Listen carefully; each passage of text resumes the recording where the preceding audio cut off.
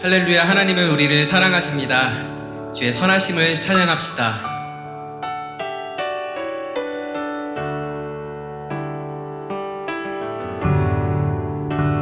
주의 사랑을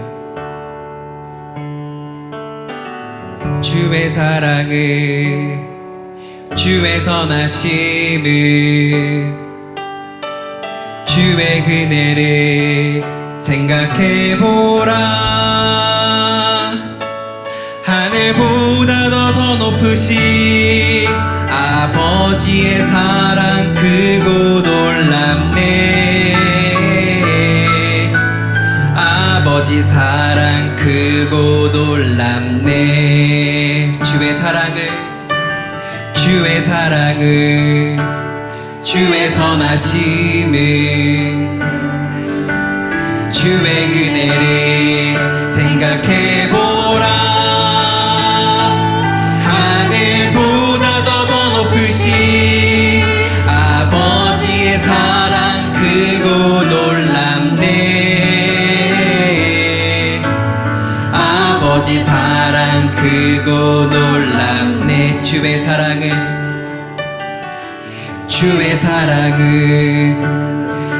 선하심을 주의 은혜를 생각해보라. 하늘보다 더 높으신 아버지의 사랑 크고 놀랍네.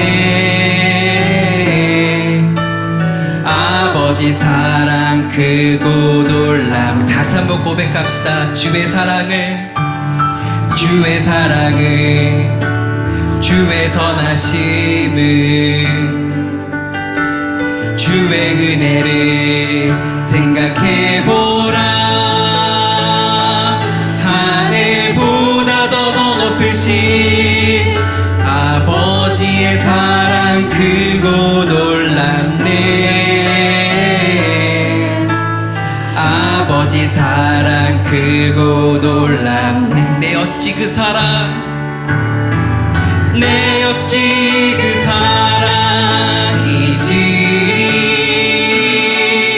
내 어찌 주의 긍휼 잊으리.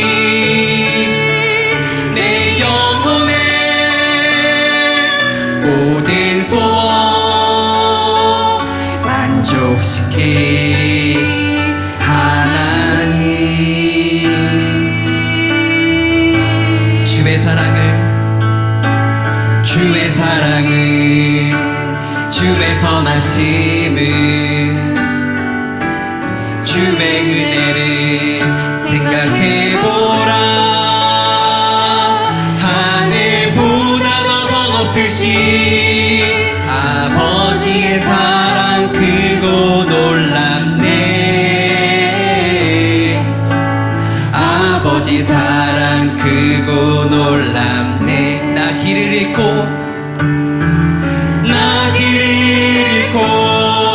헤맬 때 그 사랑 날 찾아내셨네. 내 영혼의 모든 소원 만족시킨 하나님.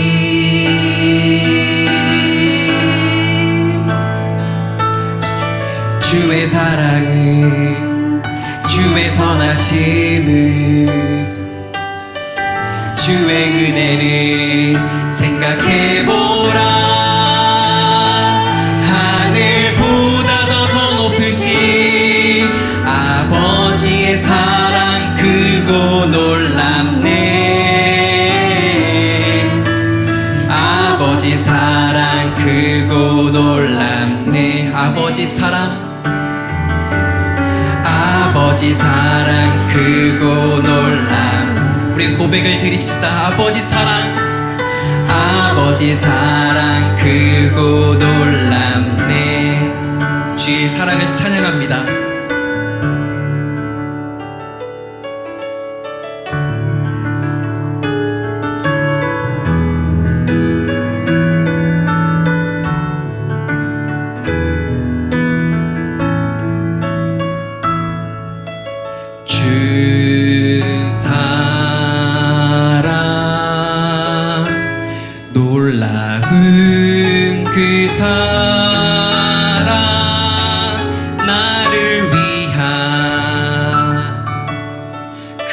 위에 십자가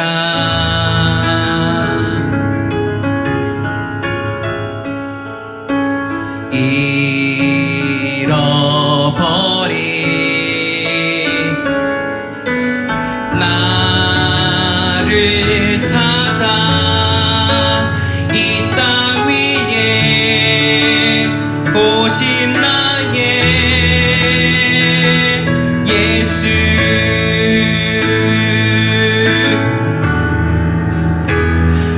놀라운 주의 사랑 내 맘에 가득 넘치네 그 사랑 나를 새롭게 해 놀라운 주의 사랑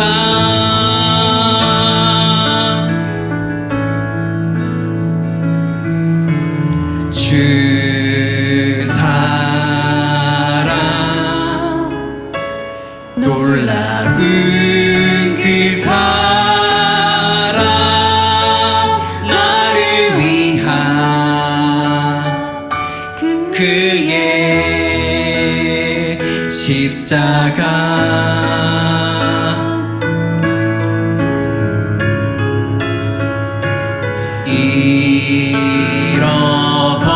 잃어버린 나를 찾아 이 땅 위에 오신 나의 예수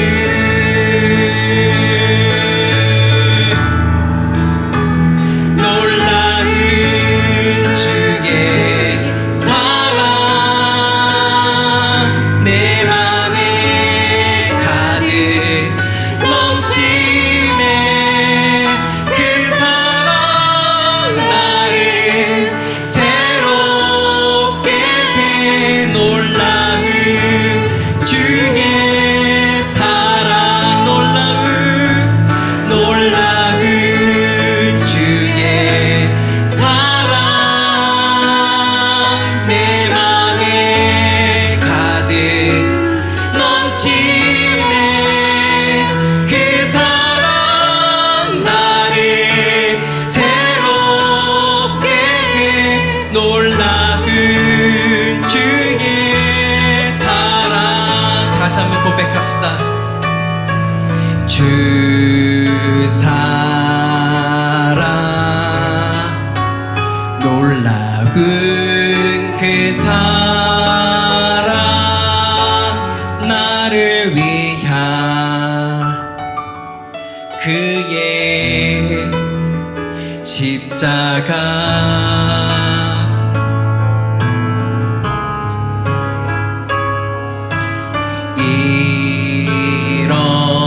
잃어버린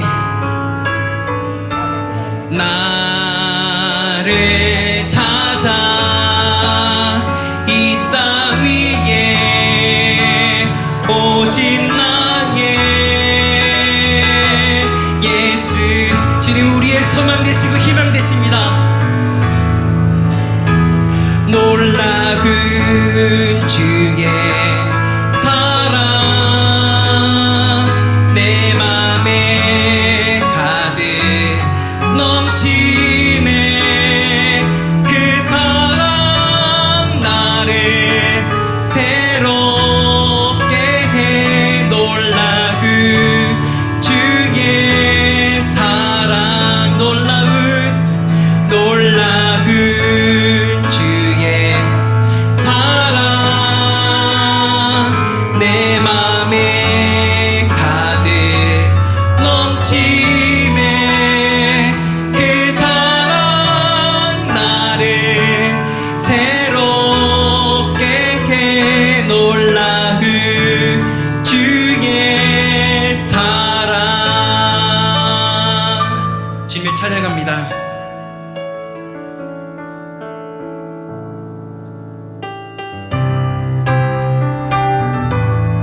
그 사랑으로 우리를 새롭게 하신 그 주님의 이름을 찬양합시다.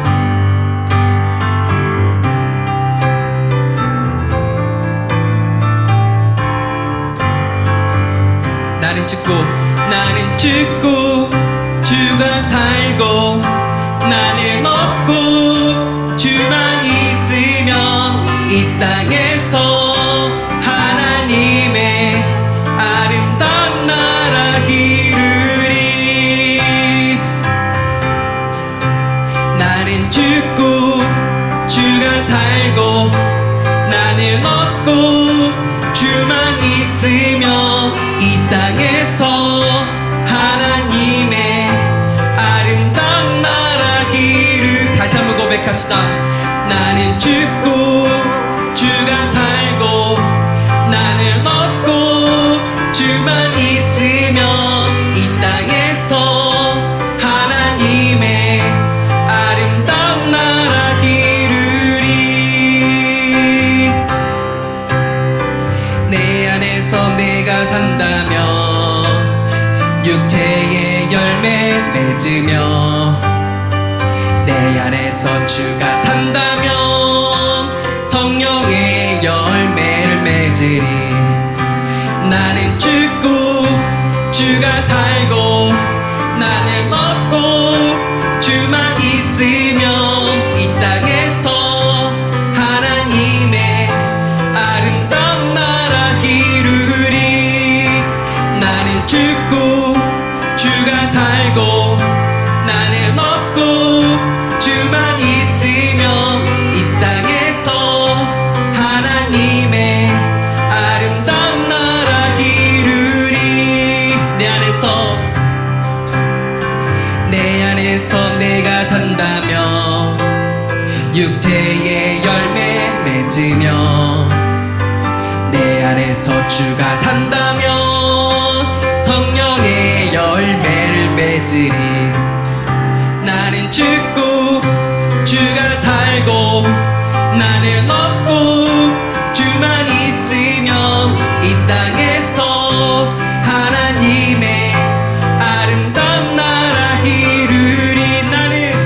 나는 죽고 주가 살고 나는 없고 주만 있으면 이 땅에서 하나님의 아름다운 나라 기르리. 우리에게 빛과 소금의 역할을 감당하는 그 사랑을 우리에게 주셨습니다. 예수님 이름으로 기도합니다. 아멘. 기도하시겠습니다. 하나님 감사합니다. 하나님께서 우리에게 분부하신 모든 것들 우리가 다 지켜 행할 수 있게 하여 주시옵소서. 지난 한 주 하나님의 말씀대로 살아가고 또한 이번 주 새로 시작되는 이 한 주 주의 말씀을 붙잡고 기억하며 믿음으로 살아가는 우리 되게 하여 주시옵소서. 날마다 믿음으로 승리하는 하나님의 자녀답게 살게 하여 주시옵소서. 이 모든 것을 주님께서 다 이루셨으니 우리 또한 이와 같이 이 땅에서 아름다운 하나님의 나라를 날마다 확장시키는 하나님의 마음을 기쁘게 하는 주의 자녀 되게 하여 주시옵소서. 하나님, 이 시대들을 바라보며 답답해하는 것이 아닌 그것을 뛰어넘어 하나님께 얼굴을 구하며 주의 얼굴을 구하며 모든 세대들이 주께 속해져 있기를 원하는 그 소망이 더욱더 커져가게 하여 주시옵소서. 하나님, 세상은 바뀌어도 변하여도 주의 말씀은 변함이 없는 유일한 진리이니 하나님의 말씀을 통하여서 우리의 삶이 날마다 새로 고침되어지고 차렷 자세로 날마다 주님을 향해 달려가는 우리 되게 하여 주시옵소서. 말씀으로 인하여 우리의 마음이 때론 가난해져도 주님 때문에 이런 일을 겪었으니 하나님께서 이 모든 것을 아시고 우리의 흘렸던 수고와 눈물을 닦아주실 줄 믿습니다. 하나님, 그날을 바라봅니다. 예수 그리스도만이, 다시 오실 주 예수 그리스도만이 우리의 소망입니다. 세상의 소망입니다.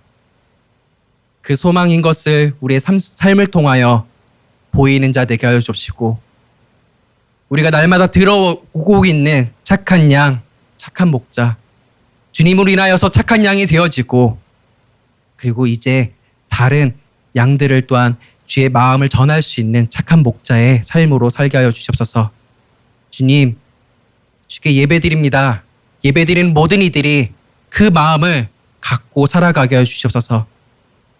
앉았다가 가는 것이 아니라 하나님의 마음을 지키고 가져가는 그런 우리 되게 하여 주시옵소서. 주님을 만나는 예배 되게 하여 주시옵소서. 주의 음성이 말씀을 통하여서 깨닫게 되어지는 그런 시간 되게 하여 주시옵소서. 아픈 자들이 낫게 되어지는 일들, 아픈 자들을 향해서 하나님께서 일하시고 계신다는 것을 우리가 보게 하여 주시옵시고, 그걸 통하여서 하나님께 영광 돌리는 놀라운 일들, 감사드리는 일들 날마다 일어나게 하여 주시옵소서. 주님 감사합니다. 함께 예배하게 하시니 감사합니다. 그래서 더욱더 주님을 찬양하고 주님 앞에 더욱더 나아갑니다. 주여, 이 공동체를 주님께서 보시고 날마다 주의 일하심에 사용되어지는 그런 공동체 되게 하여 주시옵소서. 감사합니다. 예수님의 이름으로 기도합니다. 아멘. 네, 오늘 예배에 오신 모든 여러분들을 환영합니다. 오늘 좀 달라진 것들이 좀 있습니다. 제 옷이 달라진 것은 아니고요. 주보가 달라졌고, 그리고 예배 순서가 조금 달라졌습니다. 이제 와서군요. 네. 그래서 먼저 좀 설명을 좀 드려야 될 것 같습니다. 이제 저희가 이 트랜스퍼로 이제 헌금하시는 경우도 있을 텐데요.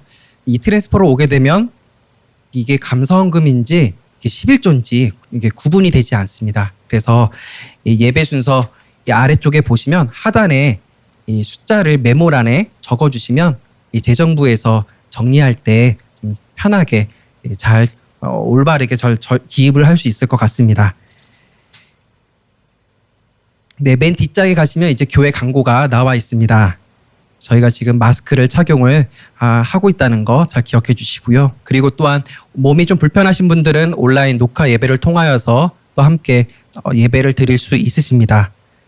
계속해서 기부금 영수증이 발급이 되었습니다. 혹시 기재된 내용이 혹시 올바르지 않거나 좀 다르게 된 부분이 있다면 저에게 알려주시면 이렇게 확인하고 다시 수정해 드리도록 하겠습니다. 아래 또한 중보기도 제목들이 있습니다. 교회와 다음 세대, 또한 선교지에 있는 우리 그 민족과 그 민족을 섬기시는 선교사님들이 있습니다. 또한 우리 이웃들에게도 깊은 간신과 기도하며 섬김으로 나아가야 될 것입니다. 또 우리 안에 또 아픈 지체들이 있음을 기억하시고 날마다 기도해 주셨으면 좋겠습니다. 우리 함께 찬송 360장 행군 나팔 소리에 함께 찬양하시겠습니다.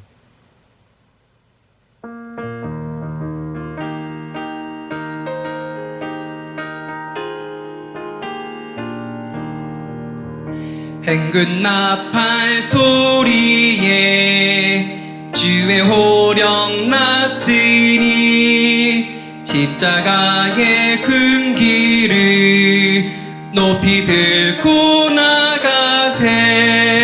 선한 싸움 다 싸우고 의의 면류관 받았으리라. 선한 싸움 다 싸우고 의의 면류관 예루살렘 성에서 면류관 받으리. 저 요단강 건너 우리 싸움 마치는 날 의의 면류관 예루살렘 성에서 악한 마귀 건세를 모두 깨쳐버리고 승리하신 주님과 승전가를 부르세. 선한 싸움 다 싸우고 의의 면류관 받았으리라. 선한 싸움 다 싸우고 의의 면류관 예루살렘 성에서 면류관 받으리. 저 요단강 건너 우리 싸움 마치는 날 의의 면류관 예루살렘 성에서 달려갈 길 다 가고 싸움 모두 마친 후 주와 함께 기쁨을 용사들아 누리세. 선한 싸움 다 싸우고 의의 면류관 받았으리라. 선한 싸움 다 싸우고 의의 면류관 예루살렘 성에서 면류관 받으리. 저 요단강 건너 우리 싸움 마치는 날 의의 면류관 예루살렘 성에서. 아멘. 네, 함께 말씀을 읽도록 하겠습니다. 오늘 말씀은 요한복음 11장 17절에서 27절까지입니다. 요한복음 11장입니다.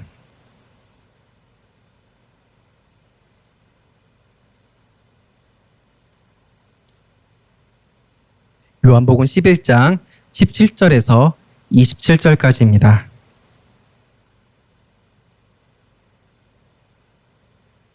네, 제가 먼저 읽고 여러분이 그 다음에 읽도록 하겠습니다. 예수께서 와서 보시니 나사로가 무덤에 있은지 이미 나으리라.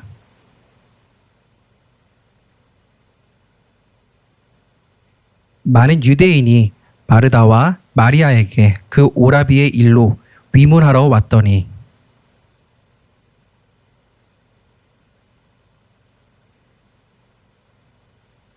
마르다가 예수께 여짜오되 주께서 여기 계셨더라면 내 오라버니가 죽지 아니하였겠나이다.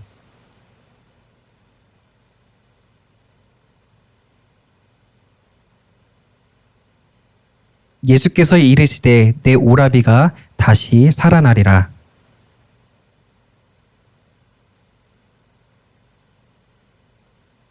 예수께서 이르시되 나는 부활이요 생명이니 나를 믿는 자는 죽어도 살겠고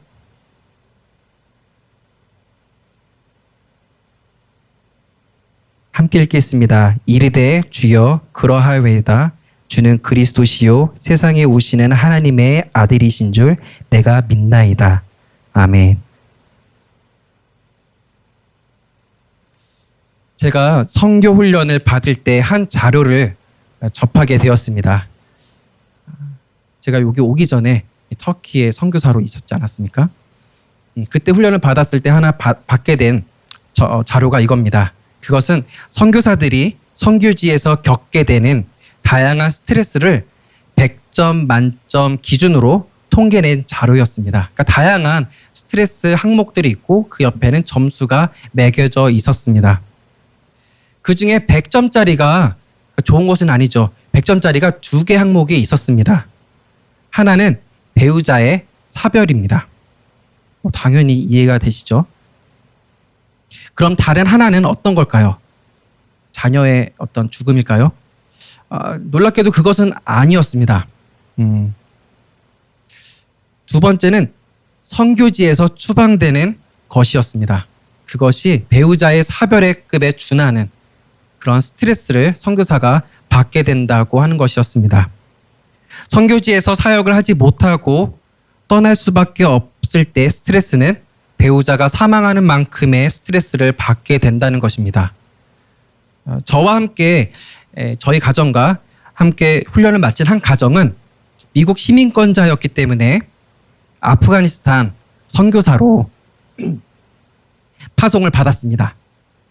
저희 가정도 파송을 받아 선교지에서 사역을 하고 있을 때 한 비보를 접하게 되었습니다. 그것은 아프가니스탄으로 선교사로 간 형제 선교사님이 아프가니스탄 수도 카불에서 그 중심에 위치한 한 사원의 시아파 성일 아수라 기념행사 중에 폭탄 테러로 인하여서 순직하게 되었다는 것이었습니다. 예수를 주님으로 믿고 따라가는 그리스도인들에게 이런 상황은 힘든 상황일까요? 아니면 안 힘든 상황일까요? 예수를 믿던 안 믿던 이런 상황에 접하게 된다면 힘든 일입니다. 예수를 믿는다고 해서 어려운 일이 안 생기는 것이 아닙니다. 그러면 왜 예수님을 믿어야 하는 걸까요? 오늘 예수님은 마르다에게 나는 부활이요 생명이니 나를 믿는 자는 죽어도 살겠고 무릇 살아서 나를 믿는 자는 영원히 죽지 아니하리니 이것을 내가 믿느냐라고 물어보십니다. 이 물음 오늘 우리에게도 물어보십니다. 내가 부활이고 생명인 것을 아느냐로 물어보시는 것이 아니라 내가 부활이고 생명인 것을 믿느냐라고 우리에게 물어보십니다.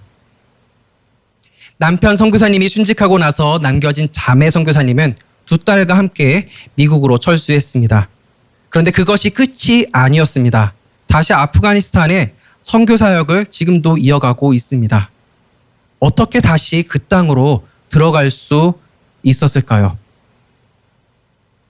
인생의 끝처럼 보이는 그 순간들의 연속에서 예수님을 그저 아는 것으로만 알고 있지 않았기 때문입니다. 정말 예수님을 믿기 때문에 그런 일을 할 수 있는 거죠. 많은 사람들이 예수님을 압니다. 그래서요. 예수님을 아니까 인생이 어떻게 달라졌습니까? 많은 사람들이 예수님을 알고 있기만 한다고 합니다. 예수님은 하나님의 아들이래. 예수님은 십자가에서 죽으셨대. 그리고 부활하셨대. 이 사실을 아는 것만으로는 죽을 것 같은 절망 속에서 건져내어 주지 못합니다. 그 자매 선교사님은 정말로 예수님이 부활이고 생명인 것을 믿기 때문에 그 땅에 혼자 간 것도 아니고 두 딸과 함께 다시 들어갈 수 있었습니다. 주변에서 얼마나 만류를 했을까 하는 생각이 듭니다. 그 위험한 땅에 남편도 이제 없는데 어떻게 그 어린 두 딸 데리고 들어갈 생각을 하냐고 얼마나 걱정했고 얼마나 말렸겠습니까? 그럼에도 불구하고 그 자매 선교사님은 다시 아프가니스탄으로 들어갔습니다. 그 선교사님은 예수님을 그저 아는 것으로만 것이 알고 있는 것이 아니라 하나님의 시선이 있는 곳으로 보였기 때문에 그 죽음의 땅이라고 말하고 있는 그 아프가니스탄 땅에 다시 들어갈 수 있었던 것이죠. 선교사님들은 하나님을 알고 있는 것이 아닌 하나님이 어떤 분인지를 믿고 있기 때문에 위험하다고 말하는 그런 땅에도 들어가는 거 아니겠습니까? 하나님을 그럼 어떻게 믿어야 될까요? 청소년들에게 물어보면 그냥 잘 믿으면 된답니다. 잘. 어떻게 믿을 수 있을까요? 잘. 성경을 통해서 잘 믿을 수 있습니다. 하나님을 믿기 위해서는 예수님을 통해서 믿을 수 있습니다. 그럼 성경에 나와 있는 예수님의 기록을 본다면 대부분 공생애가 적혀져 있습니다. 이 말은 사역을 하기 전에 예수님의 삶은 성경에서 몇 장면 기록되지 않았습니다. 그러니까 기록 목적은 예수님이 어렸을 때 편식을 하셨을까? 좋아하는 반찬이 무엇이었을까? 그것에 기록의 목적이 있는 것이 아니라 예수님이 하는 사역에 있다는 것은 성경을 통해서 알려주고 있습니다. 그 중에서도 많은 부분이 십자가를 지기 일주일 전 그 시점부터 집중되어 기록되어져 있습니다. 우리가 읽은 요한복음의 기록 목적은 예수님이 왜 하나님이신지를 말해주고 있습니다. 그러니까 오늘 우리가 읽은 말씀에서 예수님은 나는 부활이요 생명이니 나를 믿는 자는 죽어도 살겠고 무릇 살아서 나를 믿는 자는 영원히 죽지 아니하리니 이것을 내가 믿느냐라고 우리에게 물어보시는 겁니다. 이런 질문은 아무나 할 수가 없습니다. 여러분들은 다른 사람들에게 이런 말을 해본 적이 있으십니까? 내가 이런 사람인데 내가 부활이고 생명인데 나를 믿어봐 라고 여러분은 말해본 적 있으십니까? 누가 이런 말을 할 수 있을까요? 둘 중 하나입니다. 진짜거나 미쳤거나. 예수님이 하나님이 아니라면 어떻게 이렇게 물어볼 수 있겠습니까? 여러분, 예수님은 이것을 내가 아느냐라고 물어보지 않았다는 것을 우리는 기억해야 됩니다. 예수님은 우리에게 믿느냐라고 물어보십니다. 왜요? 아는 것과 믿는 것은 너무나도 다르기 때문입니다. 이 말씀은 나사로가 죽고 난 뒤에 예수님이 오셨고 나사로의 누이인 마르다에게 하시는 말씀입니다. 마르다는 예수님에게 안다고 말합니다. 그러나 이제라도 나는 주님께서 하나님께 구하시는 것은 무엇이나 하나님께서 다 이루어 주실 줄 압니다. 마르다가 말하고 있는 그 안다라는 뜻을 보니까 대충 아는 정도의 아는 것이 아니라 정말 눈으로 보았기 때문에 정말 잘 안다라는 그 안다라는 말을 하고 있습니다. 그래서 예수님이 내 오라버니가 다시 살아날 거다라고 말해줬습니다. 그 말을 들은 마르다의 반응은 어떨까요? 정말요? 가 아니라 24절에서 말해주고 있습니다. 마르다는 또다시 안다고 말합니다. 네, 비록 오라버니가 죽었지만 세상에 종말이 임하는 그날 다시 살아날 줄을 잘 알고 있습니다. 라고 말합니다. 마르다는 정말 잘 알고 있지 않습니까? 우리도 잘 알고 있습니다. 그런데 예수님이 원하는 대답은 그것이 아니었나 봅니다. 그래서 예수님이 다시 이야기하시죠. 나는 부활이요 생명이니 나를 믿는 자는 죽어도 살겠고 무릇 살아서 나를 믿는 자는 영원히 죽지 아니하리니 이것을 내가 믿느냐라고 다시 묻습니다. 그랬더니 마르다가 네 주님, 주님은 세상에 오실 그리스도시시며 하나님의 아들이심을 내가 믿습니다. 이거 베드로가 했던 말 아닙니까? 비슷하죠. 여러분, 마르다가 이렇게 믿고 있는 것일까요? 이렇게 알고 있는 것일까요? 모릅니다. 그런데 39절의 통해서 나오게 되어집니다. 예수님께서 죽은 나사로의 무덤을 열라고 하자 마르다가 뭐라고 대답했을까요? 이렇게 알고 있는 마르다가 뭐라고 얘기했을까요? 주님, 죽은 지가 사흘이나 되었기 때문에 벌써 냄새가 납니다. 주님은 나사로를 살리려고 하는데 돌문을 열라고 하시는데 막고 있습니다. 불가능하다고 말하고 있는 것입니다. 그런데 좀 전에 마르다는 하나님이 어떤 분이신지를, 예수님이 어떤 분인지를 다 알고 있는 사람 아니었습니까?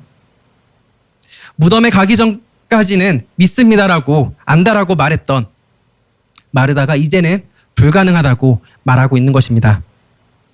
우리가 가진 믿음이 진짜 믿음인지 아니면 그저 아는 것인지를 성령님을 통해서 우린 점검을 해야 합니다. 저는 뜻하지 않게 점검을 받아본 적이 있습니다. 저는 저희 아버지의 소천 소식을 안식년을 갖기 위해서 짐을 정리하고 이사를 하는 날, 그리고 제 생일에 듣게 되었습니다. 터키에 있을 때였죠. 그 비보를 듣고 나서 비통함에 잠길 때에 하나님은 슬픔을 감사로 바꿀 수 있게 해주셨습니다. 그 순간에 10가지의 감사함들이 생각났습니다. 떠올랐어요. 눈물을 나다가 갑자기 감사한 제목들이 생각이 나면서 하나님을 찬양하게 되었던 그 놀라운 일들이 있었습니다. 제가 하나님을 믿는 것이 아닌 그저 아는 것으로 알고 있었다면 이렇게 10가지의 감사들이 생각이 나면서 그 슬픔이 기쁨으로 바뀌어지는 그것을 저는 경험하지 못했을 것입니다. 그리고 하나님에 대한 원망이 가득했을지도 모릅니다. 하나님, 이제 안식년으로 한국에 가니까 곧 소천을 앞둔 아버지를 만날 텐데 하나님 그깟 며칠 그거 좀 연기 안 됩니까? 주님, 왜 또 이스탄불에는 눈이 많이 내려서 결항이랍니까? 장례도 못 갑니다. 라는 불평이 쏟아져 나오지 않겠습니까?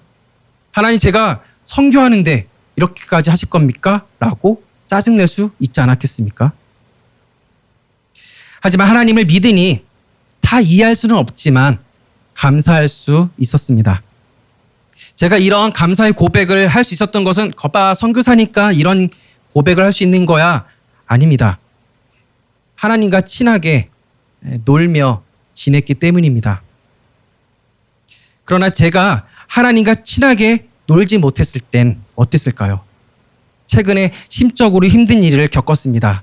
그때는 별의별 안 좋은 생각이 다 들었습니다. 무거운 마음으로 하나님께 기도할 수밖에 없었죠. 기도하면 생각나게 하셨던 것은 마태복음 10장 28절이었습니다. 몸은 죽여도 영혼은 능히 죽이지 못하는 자를 두려워하지 말고 오직 몸과 영혼을 능히 지옥에 멸할 수 있는 이를 두려워하라 라는 말씀입니다. 이 말씀으로 제가 깨닫게 된 것이 있었습니다. 저는 하나님을 두려워하는 것이 아닌 저는 제 감정이 상하는 것을 무서워하고 있고 다른 사람들이 저를 어떻게 생각하고 있는지에 대해서 무서워하고 있는 제 자신을 보게 되었습니다. 그래서 죽을 것 같은 이 상황에서 죽음을 이기시는 예수님의 말씀인 나는 부활이요 생명이라 라는 말씀은 제게 아무런 힘이 되지 않았습니다. 그것은 이 말씀이 믿는 말씀이 아니라 그저 알고 있는 하나의 지식으로 되었기 때문입니다. 그러면 어떻게 믿었던 말씀이 혹은 몰랐던 말씀이 이제 아는 말씀이 아니라 정말 믿은 말씀으로 될 수 있을까요? 여러분, 하나님을 무서워한다는 것은 산중에 쿠거를 만나거나 곰을 만나거나 호랑이를 만나는 그런 두려움이 아닙니다. 하나님은 이 세상을 이처럼 사랑하사 독생자를 주셨으니 이는 그를 믿는 자마다 멸망하지 않고 영생을 얻게 하려 하신다는 하나님은 정말 사랑의 하나님이십니다. 그런데 저는 이런 엄청난 사랑을 베풀어 주신 하나님을 하찮게 여기고 있었습니다. 알만한 사람인데 저는 왜 그랬을까요? 제 눈에는 엄청난 사랑을 베풀어 주신 하나님이 보이지 않고 대신에 제 눈에는 보여지는 현상들과 저의 지식과 지혜와 저의 살아왔던 몇 안 되는 그런 짧은 경륜 그런 걸로 예상되어지는 것들로 보여졌기 때문입니다. 그래서 너무나도 쉽게 하나님을 하찮게 여깁니다. 제가 하나님을 누구인지를 아는 것과 아주 다르게 말이죠. 왜 그럴까요? 인간은 죽음을 두려워합니다. 단순히 생명이 사라지는 것만을 두려워하는 것이 아닙니다. 예를 들면 사람들이 가난을 두려워하는 이유를 찾아 올라가 보면 결국에는 죽을까봐 아닐까요? 가난뿐만이 아닙니다. 우리가 왜 화를 내고 짜증을 내고 원망하고 혹은 기뻐하고 즐거워하는 이유를 찾기 위해 거슬러 계속 올라가다 보면은 죽을 것 같으니까 혹은 죽지 않을 것 같은 기분이 있으니까 그런 것에 비롯된 다양한 반응들이 나오는 것 같습니다. 예수로 살기 위해서는 예수로 죽어야 합니다. 하지만 내 자아는 죽기 싫어서 발버둥을 칩니다. 여러분, 하나님의 자녀가 되면 특권이 있습니다. 특권 좋잖아요. 대통령이 되면은 특권이 있지 않습니까? 비행기 탈 때 공짜로 탑니다. 좋죠. 하나님의 자녀가 되면 어떤 특권이 있을까요? 하나님의 말씀대로 살 수 있습니다. 아니, 이것은 주님과 함께 살면 기쁨이 있다는 것과 같습니다. 하나님의 자녀가 된다는 것은 기쁨이 있습니다. 슬픈 일이 발생 안 하는 것은 아닙니다. 이 땅에 살고 있으니까요. 하지만 하나님이 주시는 기쁨이 있습니다. 사도 바울 아십니까? 사도 바울이라고 한다면 고난과 핍박의 대명사로 불린 만큼 사도 바울은 늘 핍박을 받았습니다. 그러나 사도 바울은 그 어떤 고난의 상황이라 할지라도 단 한 번도 절망하거나 좌절한 적이 없었습니다. 사도 바울은 오직 한 가지를 굳게 믿었습니다. 바로 영원한 생명을 주신 주님께서 결과적으로 해로운 것을 주실 리가 없다라는 것을 굳게 믿었습니다. 사도 바울은 부활이요 영원한 생명이신 주님을 굳게 믿었습니다. 그래서 주님의 영원한 생명의 능력 속에서 바울에게 주어진 모든 상황은 고통스러운 그런 걸로 종결이 되는 것이 아니라 가슴 설레는 새로운 시작을 의미했고 오직 소망만이 차고 넘치는 주님의 생명의 빛 앞에서 어떤 절망이나 좌절도 존재할 수 없었습니다. 로마 시내에는 가보진 않았지만 책을 읽어보니 이렇게 쓰여져 있더라고요. 2000년 전 사도 바울이 참수당하기 전까지 갇혀 있었다는 지하 감옥에 대해서 언급한 것이 있었습니다. 아직도 보존되어 있다고 합니다. 계단을 따라 지하로 내려가면은 한 4-5평 정도 되는 작은 지하 감옥이 나온다고 합니다. 그곳은 외부와 완전히 차단되어 있는 곳이었고 그 4-5평 되는 곳에서 제수 45명 정도가 함께 갇혀 있었다고 합니다. 세수, 목욕을 할 수 있을까요? 못하죠. 대소변을 가릴 수 있는 화장실도 따로 없었습니다. 절망과 죽음의 지하 감방 속에서도 사도 바울이 어떻게 고백했을까요? 마지막에 기록했다는 빌립보서를 통해서 이렇게 말하고 있습니다. 주 안에서 항상 기뻐하라. 내가 다시 말하노니 기뻐하라. 너의 간용을 모든 사람에게 알게 하라. 주께서 가까우시니라. 아무것도 염려하지 말고 오직 모든 일에 기도와 간구로 너의 구할 것을 감사함으로 하나님께 아뢰라. 그리하면 모든 지각에 뛰어난 하나님의 평강이 그리스도 예수 안에서 너의 마음과 생각을 지키시리라. 이런 놀라운 고백을 하게 된 것입니다. 혹시 사도 바울이 정신 나간 것은 아닐까요? 너무 있다 보니 폐쇄공포증이 와서 살짝 된 건 아닐까요? 정말로 정신이 안 나가더라도 이렇게 기뻐할 수 있습니다. 제가 터키의 한 대학교에 합격을 했습니다. 합격을 했지만 아이러니하게도 학생 비자를 받는 것이 너무나도 어려웠습니다. 말이 안 되죠. 대학교에 합격을 했으면 학생 비자를 주는 것이 맞지 않습니까? 근데 안 주고 있어요. 왜냐하면 저에게 학생 비자를 안 주고 싶어 했기 때문이었습니다. 제가 누군지를 아는 거죠. 선교사라는 걸 알고 있기 때문에 이 4년의 이 시간을 주고 싶지 않다라는 것이었습니다. 어쨌든 해결하기 위해서 아침부터 경찰청의 외사과, 대학교 교학처, 총장실에 갔습니다. 가면 왜 왔냐고 묻습니다. 그래서 용무를 밝히면 직원은 저에게 기다리라고 합니다. 기다립니다. 1시간, 2시간, 3시간 넘게 기다리면 다 알고 있으면서 또 물어봅니다. 왜 왔냐고. 그래서 다시 왜 왔는지를 얘기해 줍니다. 아, 그러냐고 하면서 그럼 기다리라고 합니다. 저는 어디 멀리 가 있는 것이 아니라 그 직원 바로 옆에서 기다리고 있었습니다. 그렇게 몇 시간 더 기다리면 왜 왔지? 또 묻습니다. 이 아까의 데자뷰가 계속 일어나는 거죠. 이렇게 투명 인간 취급을 하루 이틀, 약 일주일가량 정도 받았습니다. 제 마음이 어땠을까요? 물론 화도 나고 짜증도 나고 속상했습니다. 그런데 주님께서 저에게 이런 믿음을 주셨고 저는 그것을 굳게 믿었습니다. 바로 그 사무실에 하나님이 나와 함께 계신다는 것이었습니다. 그것을 믿으니까 기뻐할 수 있었습니다. 감사할 수 있었습니다. 말도 안 되는 대접을 받고 있지만 기뻐할 수 있는 것은 주님이 다 알고 계시잖아. 속상해서 눈물이 나지만 기뻐할 수 있는 것은 주님이 다 알고 계시잖아. 그리고 나와 함께 계시잖아. 흔히들 아는 것이 힘이라는 말을 어렸을 때부터 들어왔습니다.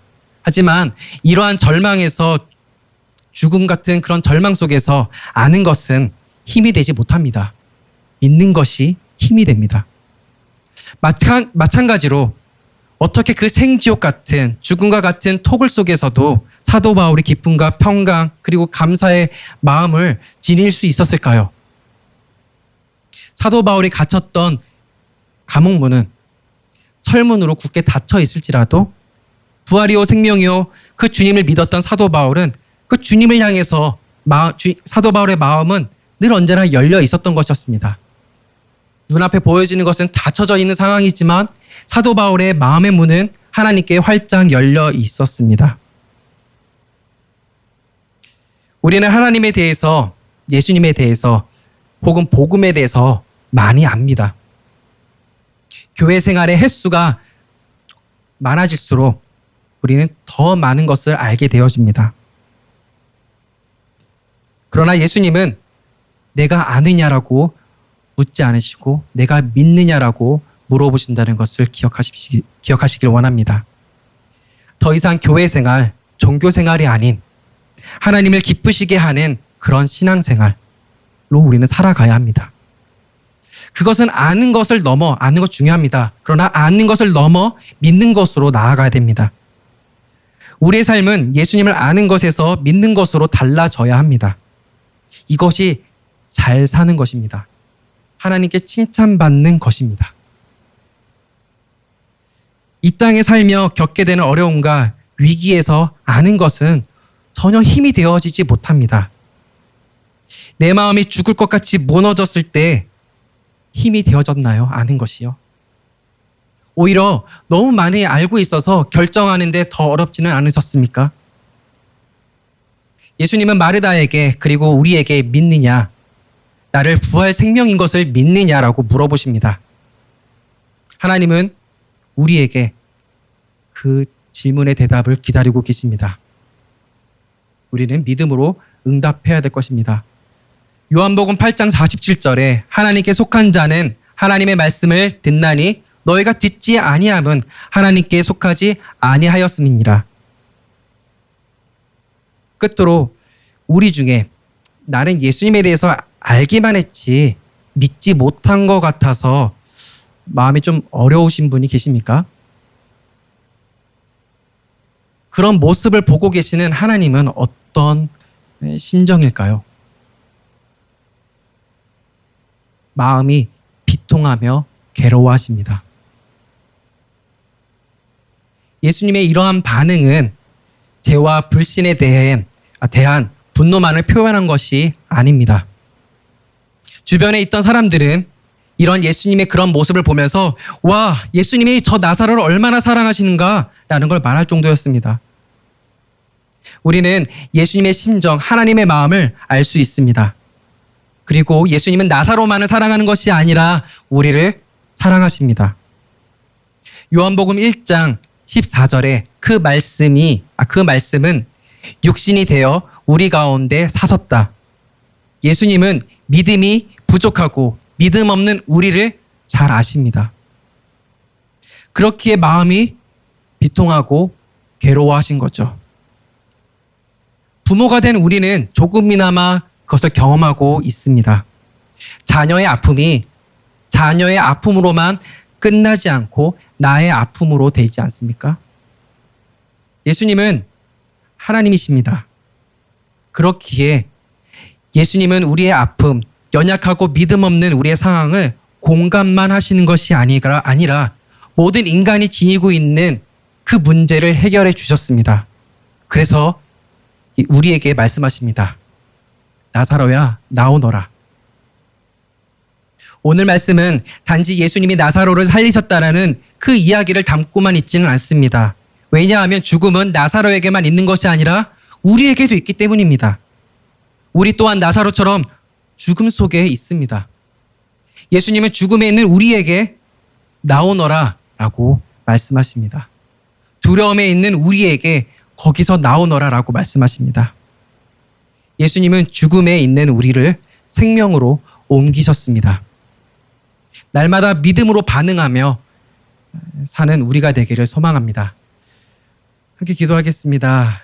주님, 그저 머리로 아는 것이 아니라 믿느냐라고 물어보실 때 주님, 제가 믿습니다 라고 대답하는 우리가 되겠습니다. 믿음도 내가 아는 수준으로 내가 나의 머리로만 생각하는 믿음이 아니라 나의 영혼이 반응하며 정말 떨림이 있는 그런 믿음이 되기를 원합니다. 우리가 믿게 되는 믿음은 부활 생명으로 더 이상 죽음을 보지 않고 주님이 주시는 기쁨으로 넘치기를 원합니다. 더 이상 죽음을 두려워하는 반응이 아닌 날마다 믿음으로 하나님께 응답하는 우리가 되겠습니다. 믿음의 주여 온전케 하시는 주 예수 그리스도를 바라봅니다. 예수님의 이름으로 기도합니다. 아멘.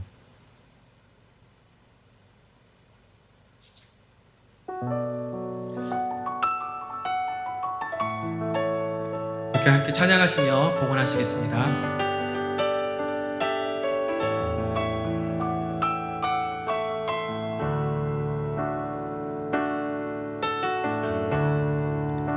주님 손에 맡겨드리리 나의 삶 주님께 주님 손이 나의 삶 붙드네 나 주의 것 영원히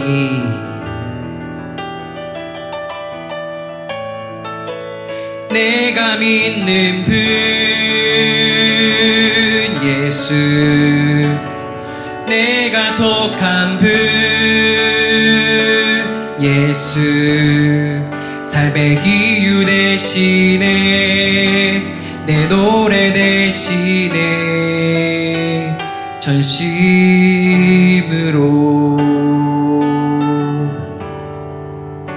복원 기도와 폐를 박재진 목사님께서 하시겠습니다.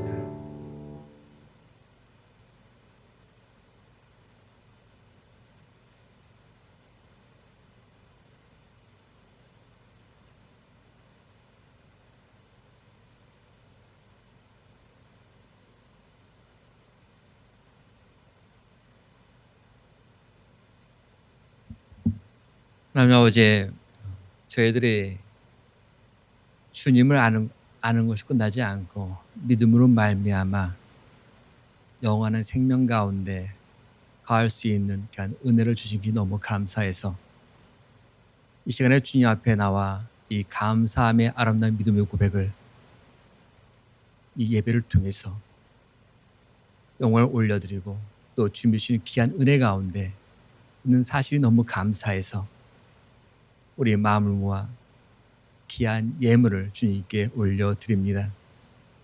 그러니 모든 걸 주님께서 흠양해 주시되 이 땅에 살아가면서 부족함으로 인해서 힘듦이 없도록 주님께서 범사에 아름다운 감사의 조건들을 만들어 주시고 또한 같은 아름다운 믿음의 우리 모두가 소유할 수 있도록 주님께서 은혜 위에 은혜를 허락하여 주옵소서. 우리 각 가정이 또한 우리 삶의 터전이 이 공동체가 모든 것들이 평안한 한 사실에 대해서 감사의 고백을 올려드립니다. 또한 특별히 주님께서 허락하신 귀한 10의 1을 드리는 아름다운 손길이 있습니다. 너무너무 감사해서 주님께 올려드리는 감사의 고백을 올려드리는 귀한 딸의 아름다운 손길이 있습니다. 주님, 그 믿음의 고백대로 그 가정에 부족함이 없도록 부어주시고 그 가정의 감사의 조건이 끊이지 않도록 주님께서 채워 주옵소서. 이제는 우리 예수 그리스도의 은혜와 하나님 아버지의 극진하신 사랑과 성령님의 감화 감동 있는 역사하심이 오늘 이 자리에 나와서 예수를 알미 아니라 예수를 믿음으로 인해서 주님의 자녀로 영원한 생명을 얻은 것이 감사해서 감사의 고백을 올려드리는 주의 종들 위에 또한 각 가정 위에 이 공동체 위에 지금부터 영원토록 함께 하시기를 간절히 축원하옵나이다. 아멘.